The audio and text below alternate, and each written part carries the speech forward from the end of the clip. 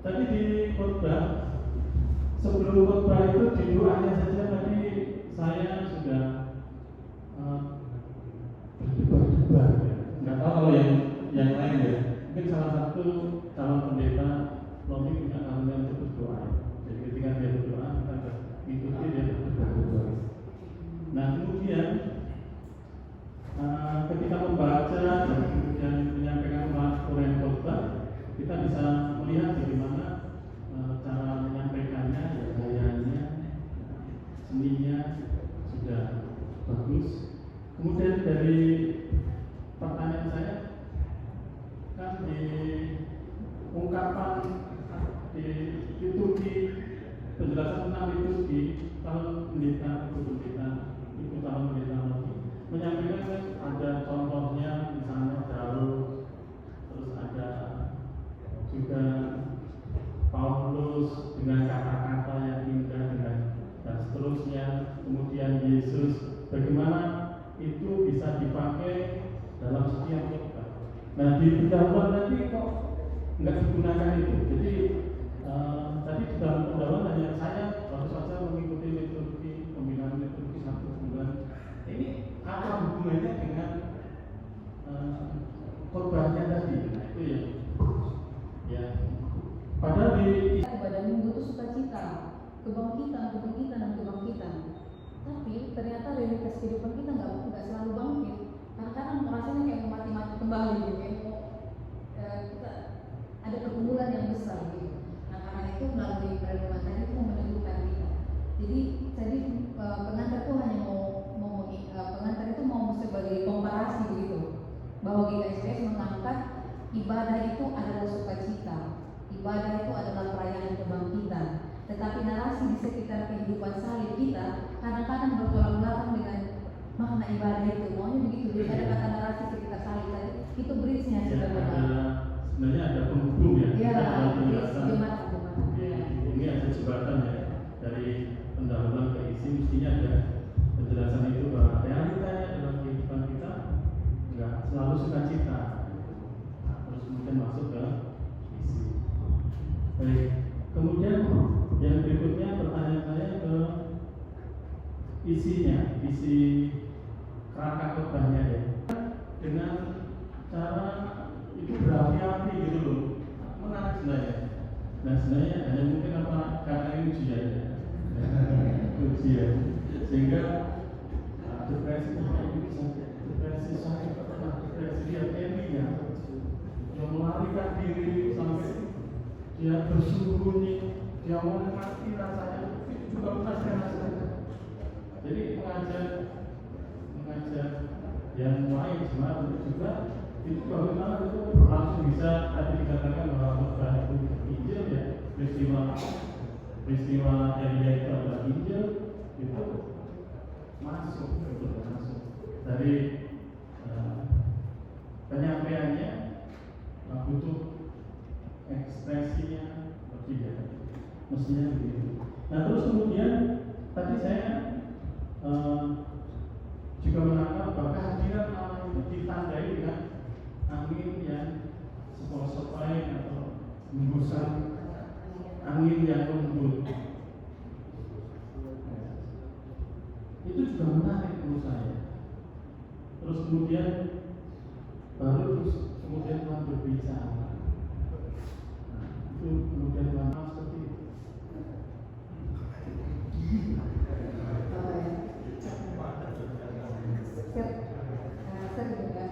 Saya punya Pak, dan itu membuat terharu gitu. Ya, saya jadi bahkan tadi pagi pun doa saya di subuh itu hadilah walaupun dengan cara yang sederhana, saya butuh sekali menghadapi hari ini. Begitu Pak, saya butuh sekali menghadapi hari ini. Jadi doa saya juga itu, walaupun hanya dalam angin, biarlah saya menyadari karena memang beberapa kali saya juga pernah Pak. Ya, saya sampaikan kita mau menyampaikan sesuatu kalau kita nggak alami sendiri itu, ya beda. Jadi saya menyampaikan itu di sini dimulai dari atas sampai selesai itu saudara menyampaikan di televisi ada peristiwa bunuh diri satu keluarga, terus kemudian saya melihat ini bagus sebenarnya ini tentang menyampaikan tentang kontekstualisasi BKSBS, bahwa dalam konteks BKSBS itu melihat apa yang sudah terjadi di sini. Bapak Ibu, saya lihat Bapak Ibu suka mengumpul cerita bareng. Ayo sekarang bagaimana waktu itu kita bentuk tempat ilmu bareng sebagai media kita untuk menghilangkan kepenatan kita dan dari apa yang terjadi itu kita bisa bertemu secara di dalam pertemuan kita. Jadi dari cerita-cerita itu, dari percakapan itu kita tadi sudah disampaikan. Nah, yang kurangnya adalah tadi saya tanyakan apakah sama kita mengalami itu. Ketika kita mengalami itu, merasakan sendiri, pasti ini ya bagaimana firman Tuhan itu harusnya merasa kita dulu, mengenai kita dulu baru kita sampaikan. Tapi yang jelas sudah juga kontekstual saksi liturgi GKSP sudah masuk di sini, bahwa apa yang ada di GKSP sudah diangkat dan terus diberi saran supaya kita tetap teguh di dalam. Jadi seorang pendeta ujiannya luar biasa ini. Jadi 4 ujian dan cukup membuat gugup juga ya. Tapi kita bersyukur kita sudah sampai 4 materi uji sudah dilaksanakan, dan saat ini kita akan melanjutkan untuk musyawarah majelis jemaat tertutup. Ya. Oh ya, untuk komponen sebentar diberikan kepada para penguji. Itu komponen mas, jangan salah amplop. Seterusnya mengingat dan seterusnya berkaitan dengan proses pemeriksaan atas diri Saudari Yuniati AHM Lomi sebagai calon pendeta Sinode GKSBS berbasis pelayanan Jumat di GKSBS Tanjung Karang yang telah menyelesaikan tahap bimbingan aplikasi. Maka pada hari ini Sabtu tanggal 6 April 2024 tempat di GKSBS Tanjung Karang sudah diadakan ujian aplikasi oleh penguji dan pembimbing dengan nilai sudah tertulis di sana belum 875.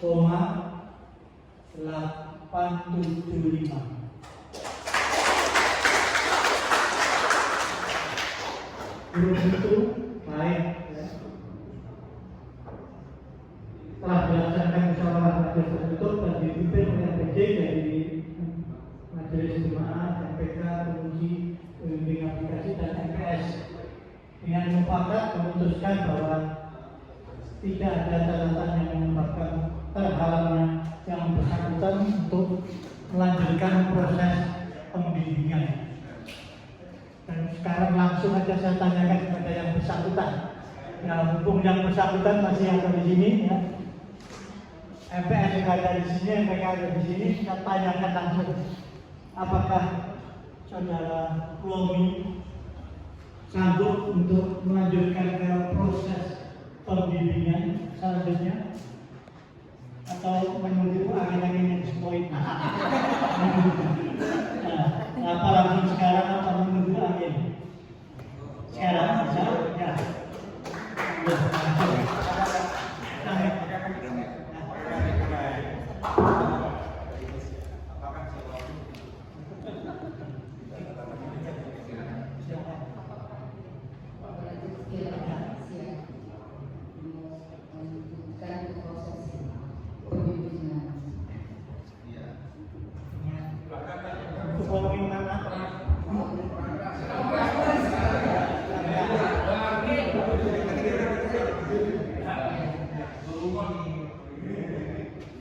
Dengan segenap hati saya siap melanjutkan ke proses pembimbingan.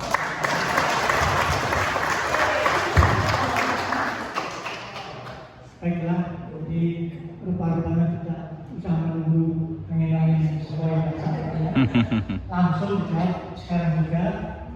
Untuk itu karena sekun MPS ada di sini mungkin bisa ditindaklanjuti dengan proses-proses selanjutnya. Ini video kita dengarkan komentar dari Mbak Lomi dulu sedikit. Monggo Mbak Lomi. Akhirnya bisa tidur, Pak. Akhirnya bisa tidur katanya. Bisa jalan-jalan. Oke, terima kasih Mbak Lomi. Ya. Terima kasih Pak Erik, Pak Heru, Pak Kristio dan Pak Ningo. Tuhan memberkati. Nggih. Terima kasih. Terima kasih, Pak. Iya. Bersyukur kepada Tuhan karena sampai pada saat ini, sampai pada titik ini Tuhan masih menolong kita berproses dalam proses pendeta untuk jalan pendeta di SKSM Karang.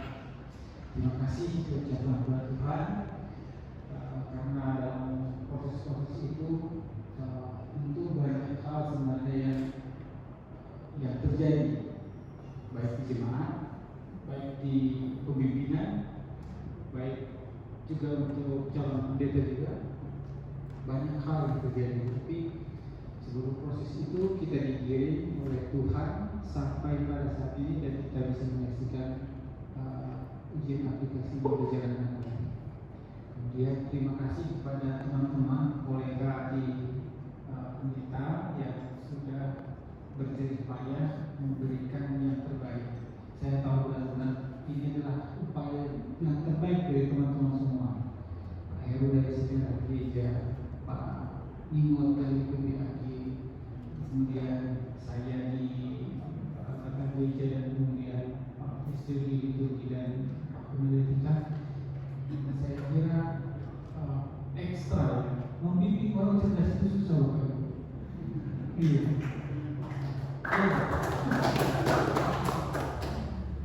Kemudian dengan selesainya tugas kita pada tahap ini, tim aplikasi juga dibubarkan. Terima kasih. Lega.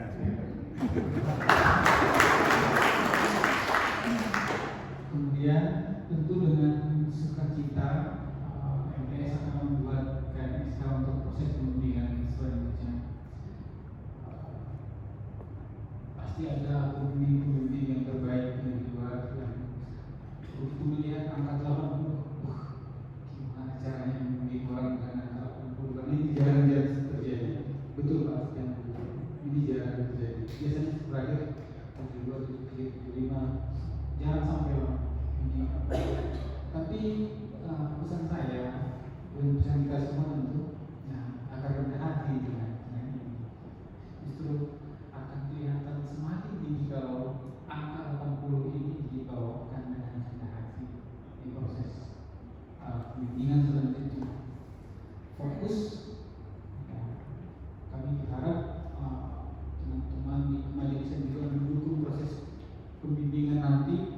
Jangan satu hari, 2 hari, bulan yuk, karena kita membutuhkan waktu yang menggodok calon pendeta di kawasan dari muka agar menjadi sakti keluarga ini. Jadi mohon dukungannya untuk semua nanti proses pembimbingan. Dan kemudian terakhir tadi ada usulan dari Bapak Pak Petrus untuk membuat tulisan ini ke jurnal. Saya pikir begini, saya bisa menangkap bahwa ide-ide yang baik itu ada di dalam tulisannya Lomi. Di segala mulai dari sejarah gereja, PPAG atau gereja yang juga di itu kita ada ide-ide yang menarik. Hanya Lomi butuh waktu untuk menyelesaikan itu jadi sebuah jurnal yang resmi, jurnal yang akademis untuk masuk ke entah ke cinta atau mana itu butuh waktu. Sedangkan waktu-waktu untuk beberapa hari ke depan ini pasti kemana Pak SK pembimbingnya? Pembimbingan sudah mulai. Jadi saya kira ini ide disimpan untuk nanti dikerjakan sesudah bisa dengan senang hati juga memperbaiki beberapa hal yang ada di situ, atau diringkas ulang kemudian masukkan ke web. Tapi saya kira pilihan yang kedua itu yang jauh lebih sulit, itu pasti hasilnya lebih menyenangkan. Jadi kita tunggu saja itu sampai pembimbingan selesai. Ini memang bagus. Mudah-mudahan nanti semangat belajarnya nanti memperbaiki ini menjadi jurnal bisa. Demikian, Bapak Ibu, terima kasih untuk kerjasama yang baik. Mudah-mudahan nanti bulan Agustus atau September GSPS mendapat pendeta tambah satu lagi ya.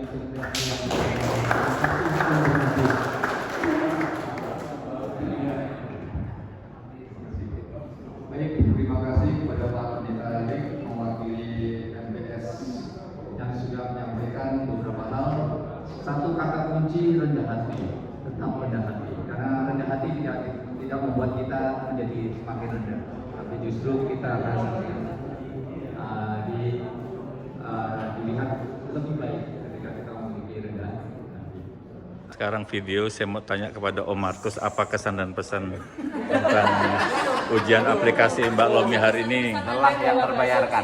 Ya? Lelah yang terbayarkan. Lelah yang terbayarkan. Mas Bro? Sukses dan lancar.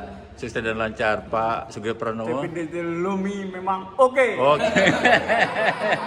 Lanjutkan. Oke. Pak Sutino? Pulau memang oke. Oke. Terima kasih. Sampai jumpa lagi.